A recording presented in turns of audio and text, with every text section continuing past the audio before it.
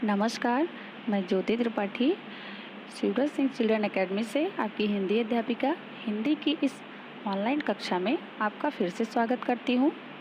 बच्चों, हमारा जो पाठ का क्रम है वह गद्य विधा हम लोग पढ़ रहे हैं और उस गद्य विधा में जो हमारा पाठ है उसका शीर्षक है प्रेमचंद के फटे जूते। प्रेमचंद के फटे जूते में आप लोगों ने लेखक परिचय का आप लोगों को वीडियो मिल चुका होगा। इसके साथ ही साथ आप लोगों ने शब्दार्थ लिख लिया है, सारांश आप लोगों ने लिख लिया है। अब इसी के क्रम में हम इसके आगे आज इस पाठ के व्याख्यान को देखेंगे। तो पाठ है प्रेमचंद के फटे जूते, जिसे लिखा है हरिशंकर परसाई जी ने। हरिशंकर परसाई जी का व्यक्तित्व तो आपने जाना, उसकी वीडियो आपको पहले मिल चुकी है और हम उम्मीद करते हैं कि आप लोगों ने उसकी नोट्स भी बना ली होगी। तो आइए आज हम इस पाठ के बारे में जानते हैं कि प्रेमचंद के फटे जूते इस शीर्षक में लेखक ने यहाँ पर किस बात को हमारे सामने रखने का प्रयास किया है। अर्थात लेखक जो कि हरिशंकर परसाई जी हैं, आप जानते हैं कि वह व्यंग्य विधा के एक मशहूर लेखक है। अर्थात यदि इस विधा का नाम भी आता है तो सबसे पहले परसाई जी का नाम आता है। तो व्यंग्य विधा क्या है, सबसे पहले हम इसे जानेंगे, इसके बाद हम पाठ के व्याख्यान को देखेंगे।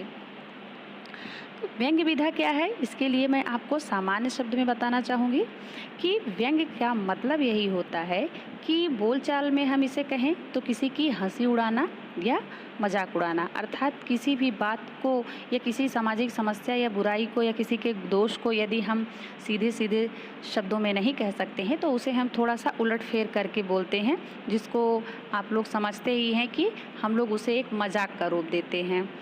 तो यहाँ पर हम ये कह सकते हैं कि कोई प्रचलित दोष हो या मूर्खता हो, थोड़ी सी अतिरंजना के साथ यदि हम उसका मजाक उड़ा रहे हैं तो इसका तात्पर्य है कि हमने उस पर व्यंग्य किया। अर्थात किसी भी व्यक्ति विशेष या समूह का उपहास करना होता है, अर्थात यह एक व्यक्तिगत आक्षेप के समान होता है।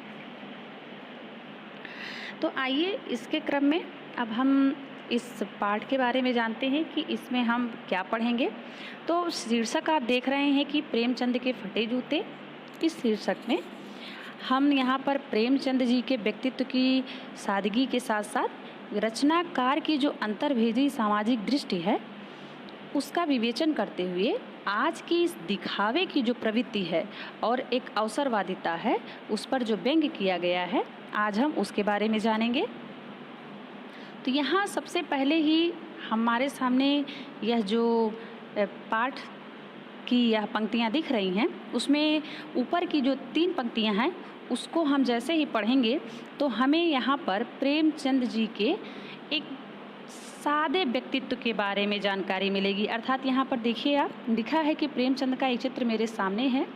पत्नी के साथ फ़ोटो खिंचा रहे हैं, सिर पर किसी मोटे कपड़े की टोपी, कुर्ता और धोती पहने हैं, कनपटी चिपकी है, गालों की हड्डियाँ उभर आई हैं, पर घनी मूछें चेहरे को हरा भरा बतलाती हैं। अब यहाँ पर आप एक तरीके से उनका जो शारीरिक हाव भाव है उसको आप देख रहे हैं कि वह किस प्रकार का है। आगे वह बता रहे हैं कि उनके पाँव में कैनवास के जूते हैं और जो बंद हैं, बंद का तात्पर्य यहाँ पर ये है कि जो फीता होता है जूते में जो बांधा जाता है वह फीता से है। अर्थात वह बेतरतीब है। बेतरतीब का मतलब यही होता है कि लापरवाही तरीके से, या हम ये कह सकते हैं अव्यवस्थित ढंग से बंधा हुआ है।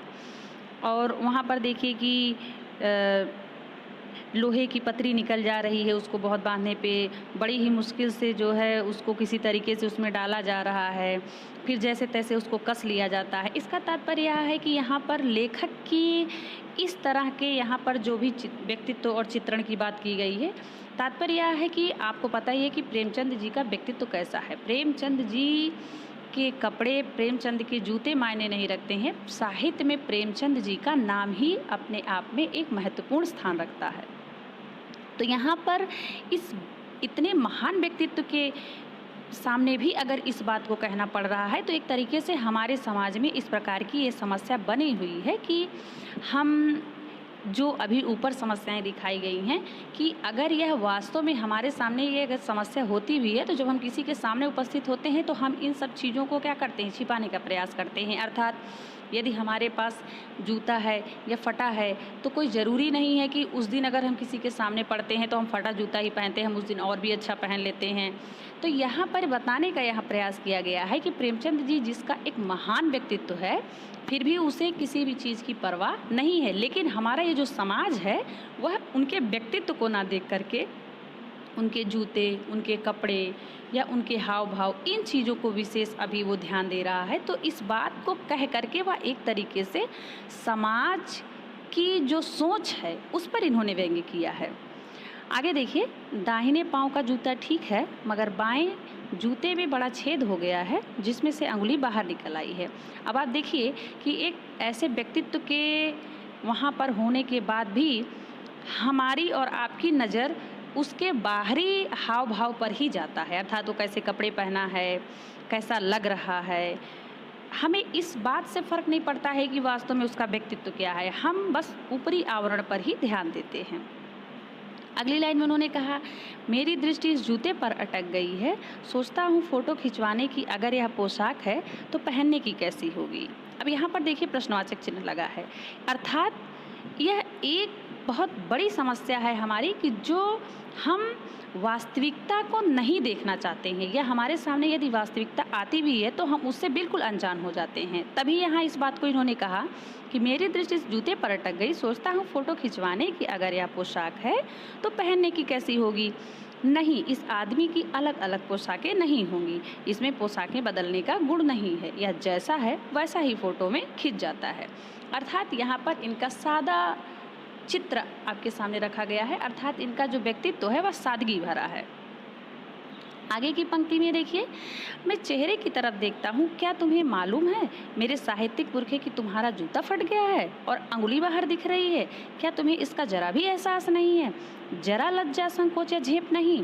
क्या तुम इतना भी नहीं जानते कि धोती को थोड़ा नीचे खींच लेने से अंगुली ढक सकती है। मगर फिर भी तुम्हारे चेहरे पर बड़ी बेपरवाही, बड़ा विश्वास है। फोटोग्राफर ने जब रेडी प्लीज कहा होगा तब परंपरा के अनुसार तुमने मुस्कान लाने की कोशिश की होगी। दर्द के गहरे कुएं के तल में कहीं पड़ी मुस्कान को धीरे धीरे खींचकर ऊपर निकाल रहे होंगे कि बीच में ही क्लिक करके फोटोग्राफर ने थैंक यू कह दिया होगा। विचित्र है यह अधूरी मुस्कान, यह मुस्कान नहीं, इसमें उपहास है, व्यंग्य है। अब यहाँ पर देखिए कि लेखक यहाँ बताना चाह रहे हैं कि जो समाज में एक सामान्य व्यक्ति होता है, अर्थात हम और आप स्वयं को भी कह सकते हैं कि हम और आप किसी भी व्यक्ति में सबसे पहले क्या देखने लगते हैं कि वह कैसे कपड़े पहना है या उसका जो हाव भाव है वह कैसा है, कैसा लग रहा है, कैसा दिख रहा है, उसने क्या पहने हैं। तो इन सब चीज़ों को हम देख रहे हैं। इसका तात्पर्य यहाँ बताने के लेखक ने जो यहाँ बता दिया इस बात को, उससे हमें पूरी तरह से स्पष्ट हो जा रहा है कि हमारे या जनमानस की बात कर लेते हैं कि समाज की जो मानसिकता होती है वह वास्तविकता को जानना ही नहीं चाहती है, अर्थात वास्तविकता को जानते हुए भी वह इन सब चीज़ों पर फिर भी ध्यान देती है। अर्थात यदि हम प्रेमचंद जी के व्यक्तित्व के बारे में सोचें तो हमें इन चीज़ों से कोई फ़र्क नहीं पड़ना चाहिए, कैसे जूते पहने हैं, कैसे कपड़े पहने हैं। लेकिन फिर भी एक बड़ी बात जो उन्होंने यहाँ पर कही कि प्रेमचंद जी का व्यक्तित्व अपने आप में एक महान व्यक्तित्व होते हुए भी जो समाज की यह दृष्टि है, अर्थात समाज उसको किस नज़र से देख रहा है, वहाँ पर भी वह व्यक्ति प्रेमचंद जी को भी एक सामान्य दृष्टि से देख रहा है कि उसके कपड़े फटे हैं, उसका जूता फटा है, वह ऐसा दिख रहा है, वो ऐसा लग रहा है। इसका तात्पर्य यह है कि हम जो भी वास्तविकता है, सामाजिक वास्तविकता है या जो भी चीज़ें हम देख रहे हैं, हम उस वास्तविकता को स्वीकार करना ही नहीं चाहते हैं। तो अब आप बेहतर समझ गए होंगे कि व्यंग्य विधा क्या है या व्यंग्य विधा का साहित्य में क्या योगदान है या साहित्य में व्यंग्य विधा के प्रयोग से उसमें क्या रोचकता आती है। तो अब आप इस गद्यांश को जब पढ़ेंगे तो पूरी तरह से स्पष्ट हो जा रहा है कि यहाँ पर समाज की एक ऐसी अंतर्वेदी जो सोच है, उसकी जो दृष्टि है, उसको यहाँ पर लेखक ने रखने का प्रयास किया है कि हम और आप कुछ भी हो जाए, वास्तविकता से हमेशा अनभिज्ञ रहना चाहते हैं। तो आज के लिए बस इतना ही। अगले वीडियो में हम इसके आगे का जो गद्यांश है उसके बारे में चर्चा करेंगे। तब तक के लिए धन्यवाद।